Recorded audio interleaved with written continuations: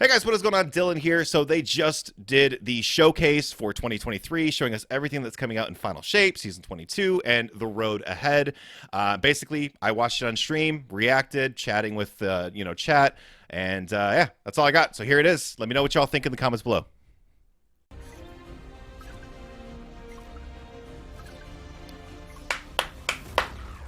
Come on! Thanks for tuning in, y'all. Like many of you, I've been playing games as long as I can remember. They're a core part of what makes me who I am. I believe there's this deeply rooted, often unstated mission of games to keep adventure alive. In 2014, Bungie set out to start a new adventure. Heroes awakened on a desolate planet. A silent god set in our sky.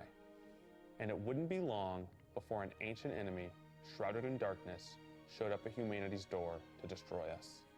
Over the years, our heroes would shape a story far greater than anything we could have imagined. Players would explore deep into the depths of Venus, hunting a machine god that controlled time itself. They'd invent ways to combine their mythic weaponry and their paracausal abilities to stand alone against monsters that took others, an entire elite squad.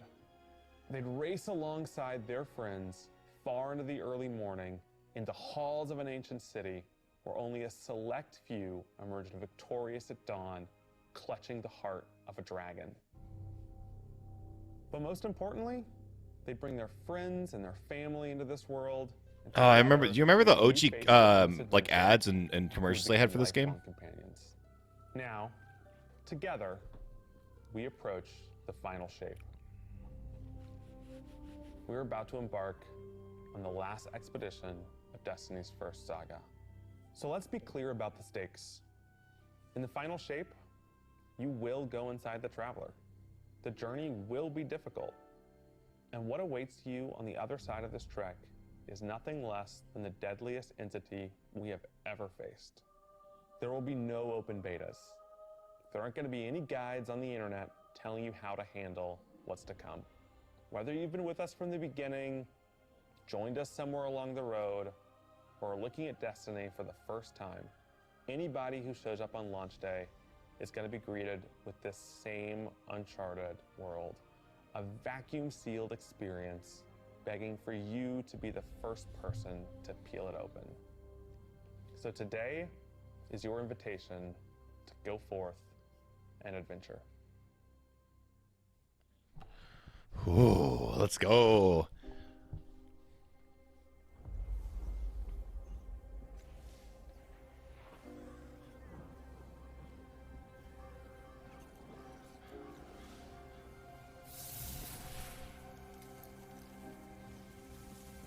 After all these years, we never talked about it. Why I brought you back. Oh shit. It's the first tower! Why you were chosen.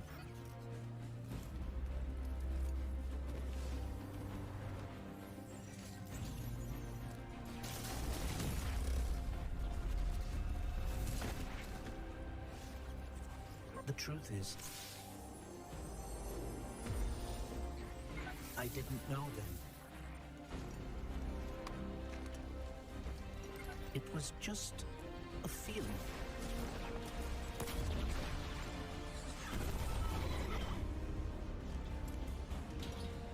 This cutscene is epic.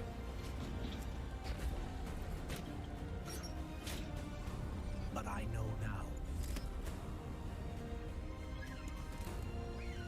After all we've seen, My boy!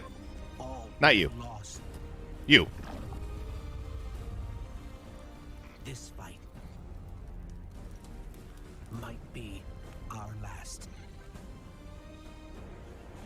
So Oh, I so ask fucking you epic. one last time to rise.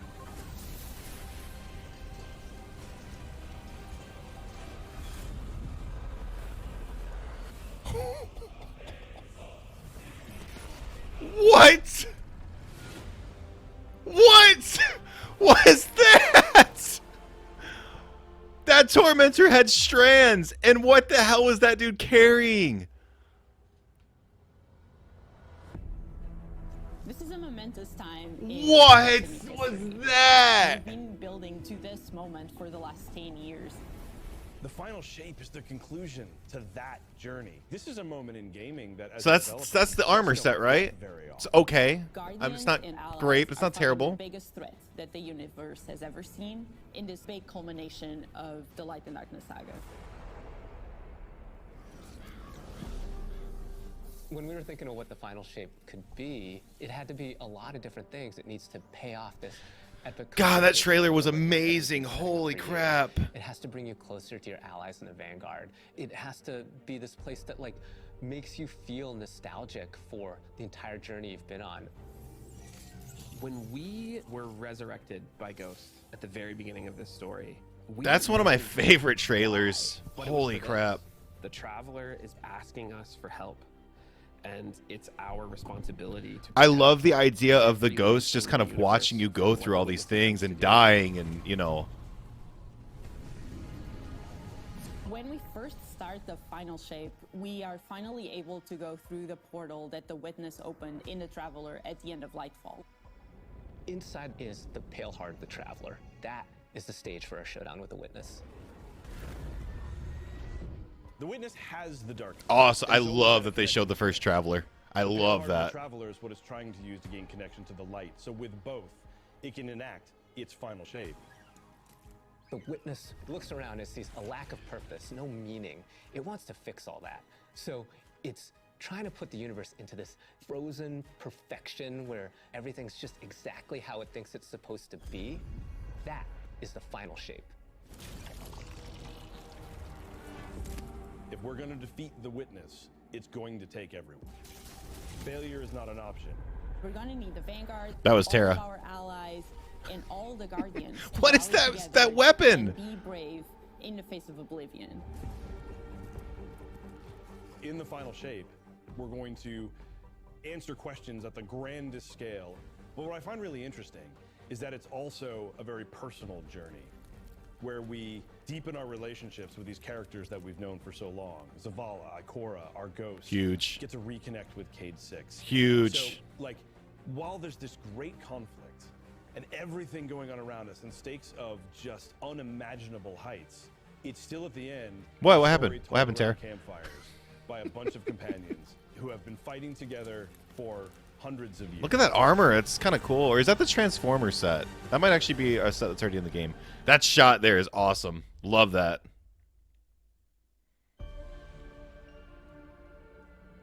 In the final shape, we're going through the portal that the Witness has opened up to confront it and stop the final shape. Inside the Traveler is this infinite, vast, unknowable. Imagine that's like your central everything hub is on the Pale first Heart, which tower. is a fraction of really what is inside the Traveler. The Pale Heart is weird. It's a little strange, it makes you feel a bit uncomfortable, and it is also just so cool and artistic in the best way. The Witness entered well ahead of any Guardians, and so it's had time to kind of shape what's For there. real. I'm all, yeah, Guardian Kenzie. enters, I'm loving the it. rest of the Pale Heart starts That being environment's shaped also crazy. around what we've experienced. This is the Traveler recreating the world in front of you as it saw on your journey. Like it's like One beautiful. of the most It's just memorable beautiful is the way to towers put from that. Destiny's past is the D1 tower. It's really a labor of love. From Yeah. the making. Let's go. I love It that. That's my means so favorite much thing. to everyone who's building it, and I think players are really going to be able to see that. The Pale Heart is our very first linear destination that we've ever done. I would love it if players felt that they began their journey in a place of safety. Oh, and it's so feel pretty. escalate in Never mind. danger, in surrealness, because there is this beautiful evolution of the space. They see things that are more and more wrong as they begin to go towards the Witness's monolith. It's kind of this omnipresent, foreboding thing off in the distance. The weirdest things happen as you get Mordor. closer to the monolith in the form of reshaping. Kind of like deconstructing things and putting them back together just wrong. The sense of scale you get out there, like as you're exploring these spaces and you're jumping on these reshaped cuboids of Earth, you feel tiny as a Guardian. You feel alone. You feel like you are Is that a not the force to Kvastov be I see? reckoned with, that you have them. You're not the God Slayer right now. You're just this little person jumping from these massive pieces to massive pieces. One of the things that we really tried to also capture is that the Witness keeps throwing everything it has at you. And so you're going to fight these new enemies, the Subjugators. Subjugators? Subjugators are the new unit you're going to be facing in the final shape. They have an enhanced power set. They're performing stasis powers and strand powers. Oh, they use dark abilities, so they're tormentors with dark abilities. All the other enemies you're fighting too. They bring something entirely new to the battlefield, which is kind of this element of control. They're back there pinging away with stasis abilities, throwing crystals at you, freezing you in place, tangling you up. Hell yeah. Hell yeah. Let's go. Focusing you on the campaign and only the campaign. It's the Everything most looks important so thing good. in the universe at that moment. You have to stop the final shape from happening. And for that, we do need the help with our allies. And so we're going to make sure that the core Vanguard team gets back together. Zavala and Ikora and Cade. The campaign is just the start of the Pale Heart. After you've reached the monolith and finished the campaign, we open up the entire destination, and so the entire Pale Heart is going to react to you and what you are doing. What does that mean? The campaign in the final shape doesn't really end with the final mission. The raids are where you defeat like the big bosses. So it's only natural that when you are going to confront the Witness, you're going to do that in the raid. But that might not be enough. This is a moment where we need to rally all Guardians to be able to overcome Did you hear that? the final shape and the Witness. Confront the Witness in the raid. They just confirmed the Witness will be our raid boss. She said it makes sense to do that or to confront him in the raid, if I heard that correctly. Yeah, confirmed. Traveler. Nice. Very close to this energy. This allows us to have new supers. So what's at the end of the campaign? Void. We want to create something that turns you into an offensive powerhouse, but also can benefit your allies in a support capacity. There is this thread of team play and like working with your friends to overcome the odds. What is that? Warlock Super is its ultimate expression of solar energy coursing through your Guardian. This Solar Warlock Super is a callback to Radiance from D1. Other than Golden Gun, this is the only other first-person super in Destiny right now. Your melee's like all these projectiles going off, doubling the amount of projectiles. Your grenade almost being sentient as it searches around. Oh and my hits the character god, outside, new goes to subclasses are going to be another one, sick. and you're so overflowing with this energy that you are also giving it to your allies, allowing them to have their solar weapons supercharged, applying Scorch when they're shooting. The new Solar Warlock aspect. When I Oh, take that off my super is whip, going to be crazy. it So is rock going one of to those with a create well? Solar Soul that when it Solar hits Soul! enemy, it launches part of itself out and hits the enemy and explodes and scorches them. It just feels very alive. Twilight Arsenal. It's a layered super. This is the only ranged one-off offensive super for Titans in the game. Nice, we got a new, Jumps yes. up into the air, summons this giant void axe, throws it, summons another one, throws it, summons another one, looks at a different group of enemies, throws it. And when these axes fly through the air, they stick into the ground or an enemy. Do their We have a work, one-off and range suck super for the a bunch of Titan now. energy and enemies in and then Hell yeah. explode. But that doesn't destroy the axe. The axe sticks around and you and your allies can go and pick up that axe and start wailing on enemies with it. This super is insane. Your teammates to me. can pick them up. Aspect, I press and hold my grenade button to consume my grenade and turn it into the shield. Oh, The that's more awesome damage too. it takes, the more it charges up, and then I can release that, and it creates this blast that deals massive damage.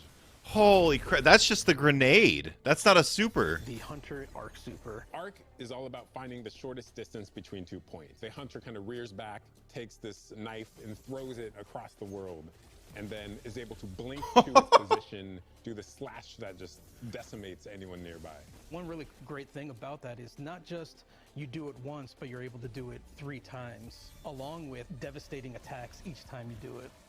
The hunter has an aspect. So it's kind of like Thunder Crash. In the air, which propels us upward. It creates this burst, which amplifies you and any allies near you. It almost makes it feel like you're playing a fighting game, right? Like these combos that you're chaining together to do these different moves. It like takes. Oh my god, what? The more aspects we have, the more capable we are to do that. It feels like you're like riding the lightning, you know, like that instantaneous, like. That was good, but I think it's more like. Okay, sound effects on point. I like it.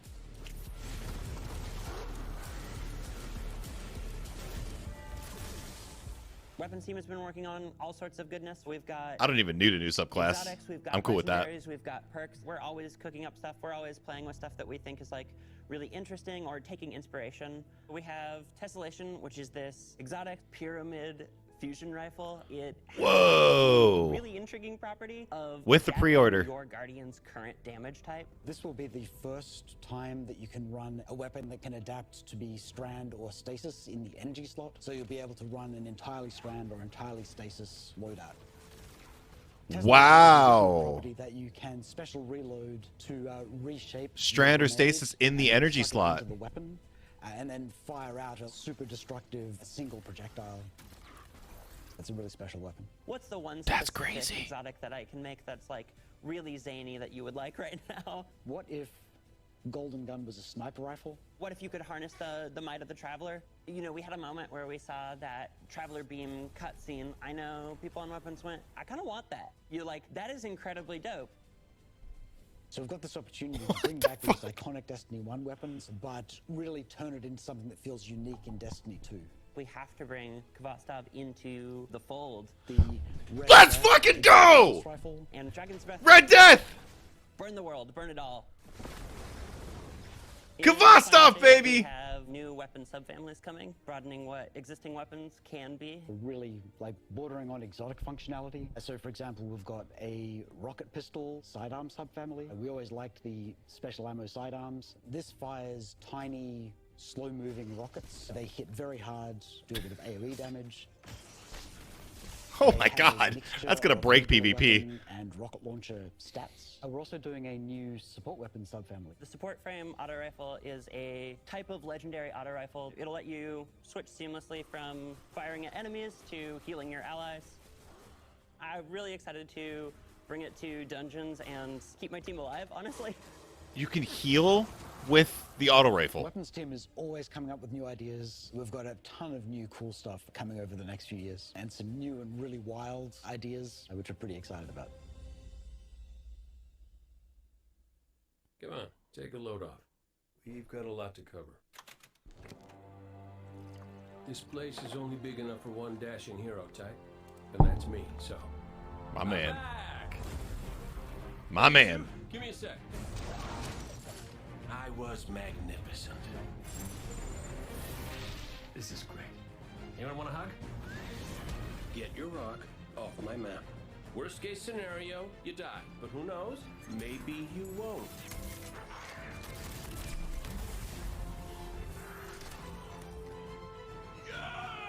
The fact that Cade's coming back is gonna save the entire franchise. Well, better get back to it. I love Cade, bro. Dude, why he ever even died off is a tragedy.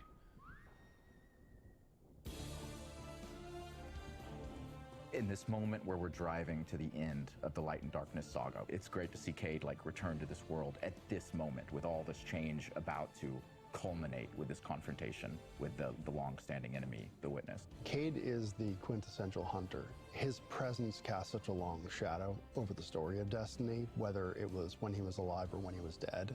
What Cade goes through in this journey, how he serves as a catalyst for the other characters, the events that are uncovered to have brought him back. This is how the story had to end. There was no end to the Light and Darkness saga that didn't have Cade here alongside his friends to finish the job.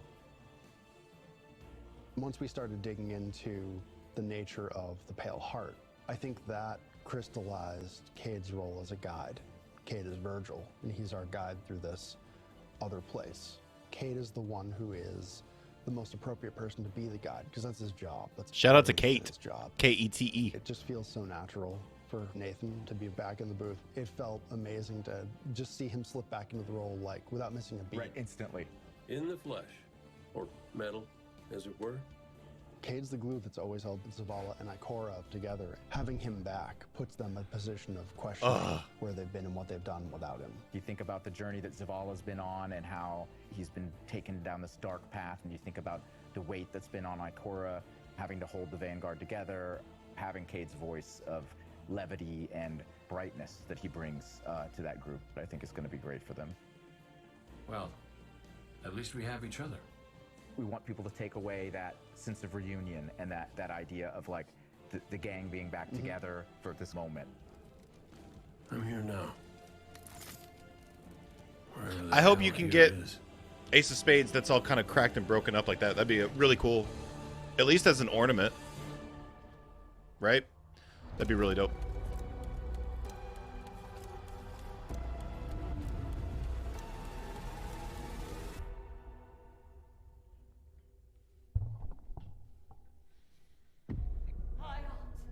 Guardian. Hi, honey. The Witness poses a dire threat. And the Witch Queen holds the answers we seek. But only if we contend with her sister, Zivu Araf. It rests with me. Will you come back from this? Do not be afraid.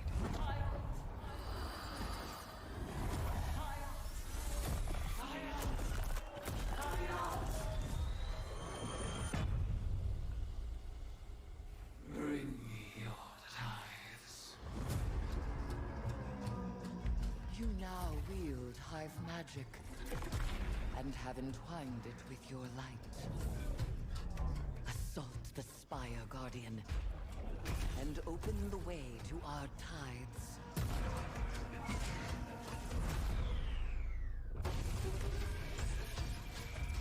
Let them know fear. The deck. Eris Morn looks badass. Whisper. Fight in my name, Guardian. Every opponent you defeat strengthens me.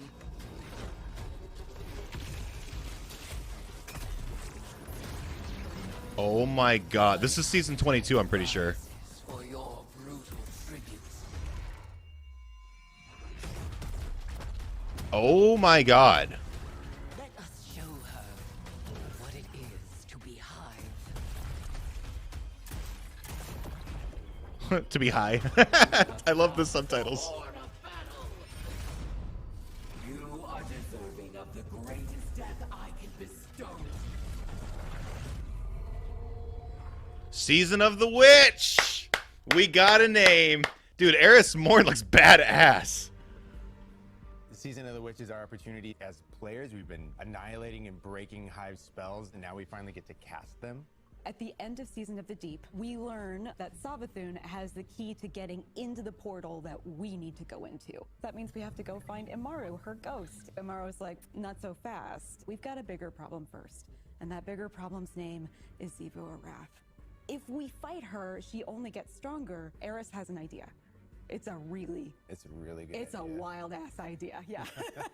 She determines like, well, the best way to fight fire is with fire. We are channeling all of that energy that we're creating by going through, by Eris Morn dies at eliminating the end of season and we're 22. hiding to Calling it our now. friend Eris. Bring me your tithes. What does that mean for the characters and the player to kind of like be like Savathun. And that's where we went down the path of having Hive Eris. We want to extend that magical fantasy into the player then. That ability to have overwhelming magical power, that risk and reward. Eris looks badass, all bro. of our activities and systems experiences. And so that's what led us to come up with things like Deck of Whispers. It's this magical deck of cards. Sure, that Drifter creates will be sad, amazing yes. synergies with your buildcraft meta and with buffs and the activities. They can then choose these cards at will, whichever ones they want, and then that really leans into the build crafting. You actually are getting cards that you can then use to place on the battlefield and change the way you play. I'm such a sucker for deck building. Like being able to like bring that element into Destiny gameplay has just been like, oh, chess Yeah, is oh, it's really super fun. What?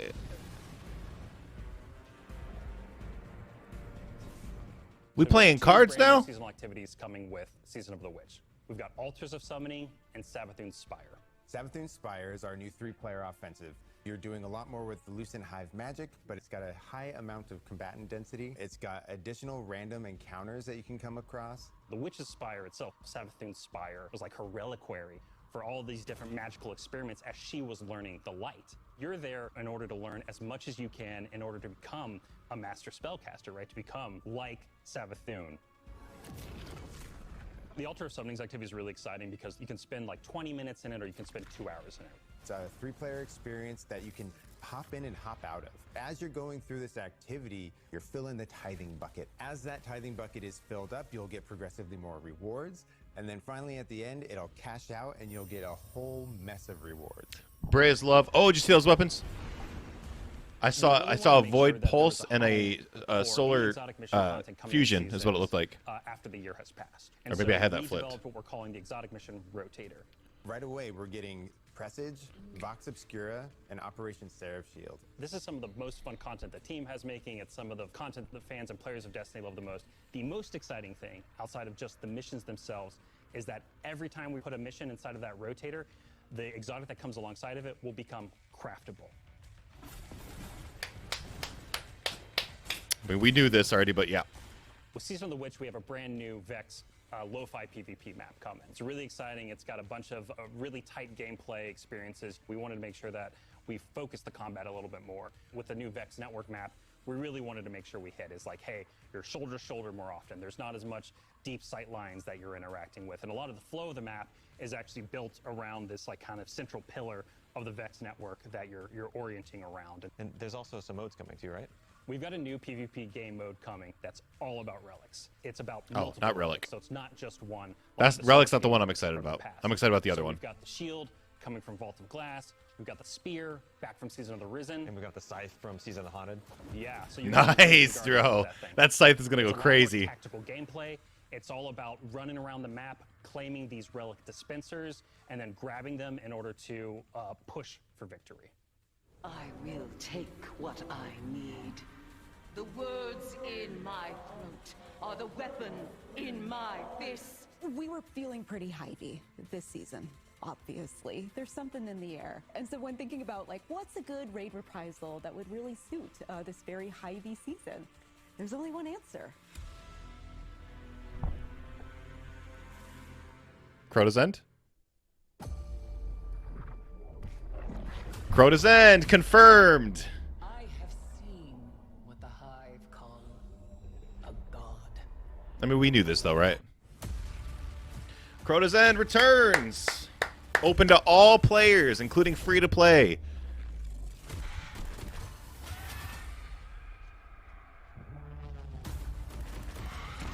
Ooh, he got fucked up. They probably added like 1 million more Hive to that beginning part. Look at that armor! Only a true weapon of the light can stop his wrath.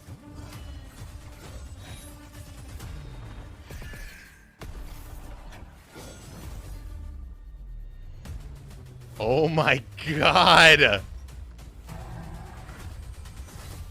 Let's go!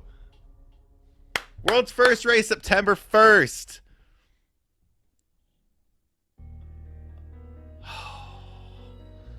Love that. Heading into the final shape, we really want to rally all Guardians at the end of the Light and Darkness saga. We want to reduce those power barriers as well as catch people up on key story beats and make sure that they have a really great and easy time connecting with other players. In the final shape, we're trying to find ways to make power more simple and easy to understand, and also lowering the barrier to entry. It's going to make it easier for players who have not been able to jump into game easily because they were held back by the challenges in grinding for the power level that are required for different activities. Subscribe to Scheebs on YouTube.com or join the Discord, and we'll be able to help you there. Final shape is there are going to be a certain number of activities that are going to be power fixed. So it doesn't matter kind of what power level you are going into it, you're always going to be able to approach it. There's still going to be tiers of difficulty that you can do, things that are just meant to be experienced a certain way. Things like Nightfall strikes that will still have power enabled, and that's where we're really going to focus the whole power climb. The raids, the contest modes that everybody loves to engage with, that experience is fundamentally going to be staying the same. I'm excited for this because I think there will be a lot more clarity for players in terms of understanding the relative difficulty of things, where they sit now in the spectrum. One way that we're trying to do that is making it easier for new players to engage with you. So we're introducing something that we're calling Fire Team Power. You can actually bring your friends along to play any dungeons and raids in the game without having to wait them to be at a certain power level. The person with the highest power in your fire team is actually going to bring all the others close to their power level, which means that there's no barriers really for any other Guardian to join 2,000? in this high-level content. When it's combined with Must be Fire, final it also shape. allows you to find strangers, people you've never played with before, and have that same experience. That's all regardless of the power level of you and the rest of the people in your fire team.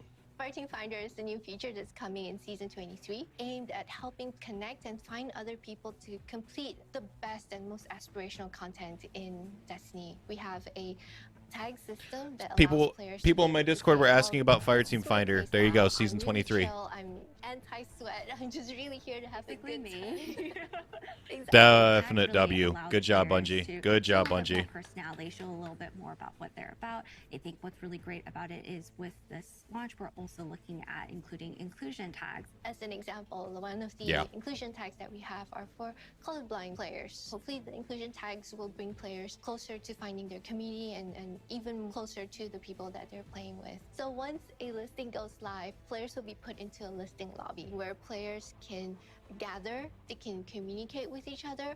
So we wanted to make it as convenient and as easy as possible for players to not just sit and stare at a screen for a long time while their listing actually fills up. As a gamer who's typically more solo, I'm especially excited about this because it really is about helping reduce that anxiety and burden that comes with trying to make a new connection. Definite W. Why do they keep showing Kingsfall so much? The feature coming out today that I'm incredibly excited about is Timeline Reflections.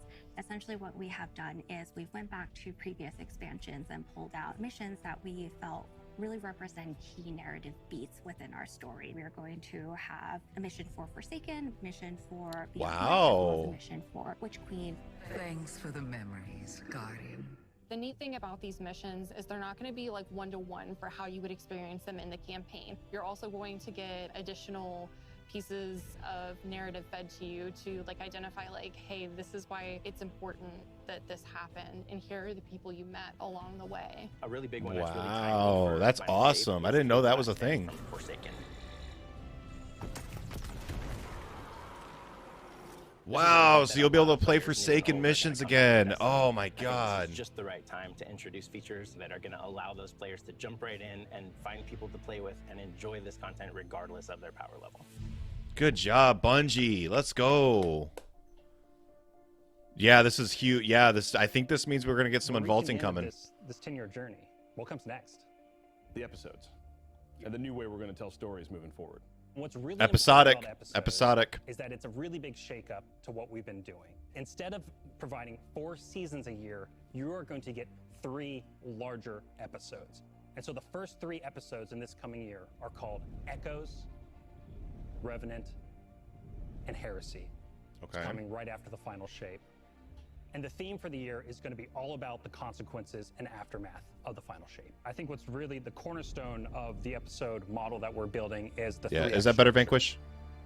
The acts act as these anchors for us to introduce new weapons, new artifact mods, new activities. There's going to be new missions coming around the core. There'll be new story moments in every single one of these acts. We're actually providing more cinematic styled experiences throughout the final shape year and the episodes with it than any of the seasons we've ever developed before. These new stories are actually playable as standalone. Like each episode is something you can experience whether you've been playing Destiny for 10 years or this is your first one.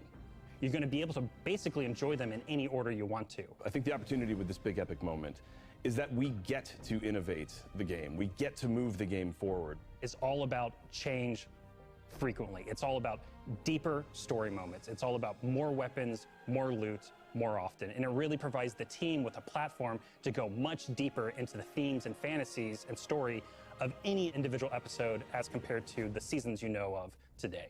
I'm so excited to see what the narrative team can do with this kind of new platform of storytelling.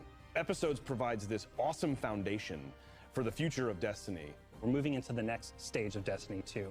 I think some people look at the final shape and they think Destiny 2 is coming to the end. And in many ways, it's the opposite.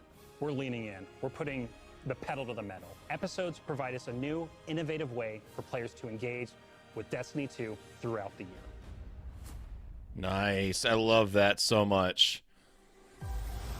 What makes a guardian a guardian? Lance. Bravery, sacrifice. We know that we were chosen for a reason, by something greater than ourselves. Guardian. Guardian? Eyes up, Guardian. Shaped by the fires of each new battle, we are forged and sharpened into what we must become for the fight ahead. We are the final line that halts the second collapse. All of us. Every Titan. Every Warlock. Every Hunter. What is it the Guardians say? Devotion inspires bravery. Bravery inspires sacrifice. Sacrifice leads to death.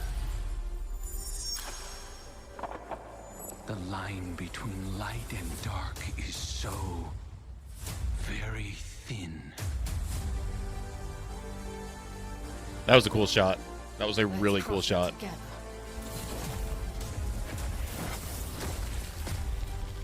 There are things out in the dark that only the dark can overcome. Trust me. You've heard the stories of the Traveler's sacrifice, of darkness descending upon humanity.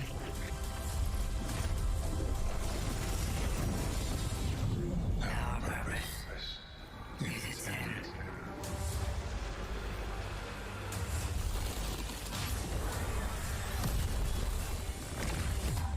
This time, there is no escape. God, when's the last time you saw the Become Legend tagline? It's going to be an exciting year for Guardians. We get to make good on a promise that we made way back in 2014. There was classic rock blasting, a fire team racing across our solar system, and at the end, a simple message: become legend. Today, you got a glimpse at how we'll be cementing your legend in this upcoming year. We're going to be heading inside the Traveler, experiencing a destination unlike anything we've ever built before. We'll face the biggest bad we've ever made, and we'll do this all alongside a streamlined progression system, allowing us to easily play with friends in any content in the game. And as the dust settles in the final shape, we're going to continue our legends in Echoes. It's Destiny's first episode in a new phase of storytelling for Guardians, with brand new conflicts born from the resolution of the Light and Darkness saga. These first episodes are just the beginning. But if you're chomping at the bit to see how the Light and Darkness saga is going to kick off the future of Destiny 2, we've got a ton of great content for you to jump into today. Going live after this, we've got Season of the Witch, with a new story, new weapons, new armor, new activities, and new PvP content, all alongside a series of story catch-up missions, allowing any of your friends to jump into the game and get up to speed on what's happening in this world. Then, next week, a brutal reprisal of Crota's End is going to join the ranks of our aspirational content. I can't wait to see you all in the throne world as we learn more about the final shape and how we can stop it.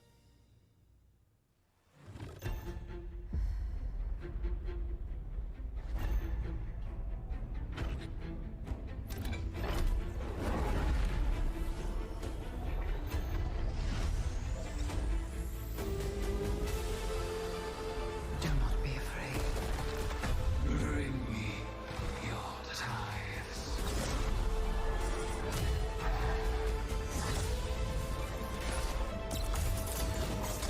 No, but that's okay. They announced all these new supers for the existing ones. This fight might be our last.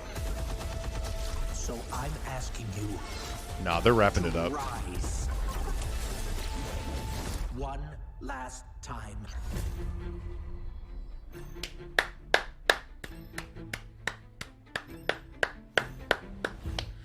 Yeah. Collector's edition reveal. All right, I don't really care about this part as much. I'll leave it up though, but I don't really care about this part as much. All right, as far as the video goes, thank you guys so much. That's it. That's all I got for this video. I'm gonna go back to streaming now. And Later, y'all. recreate items from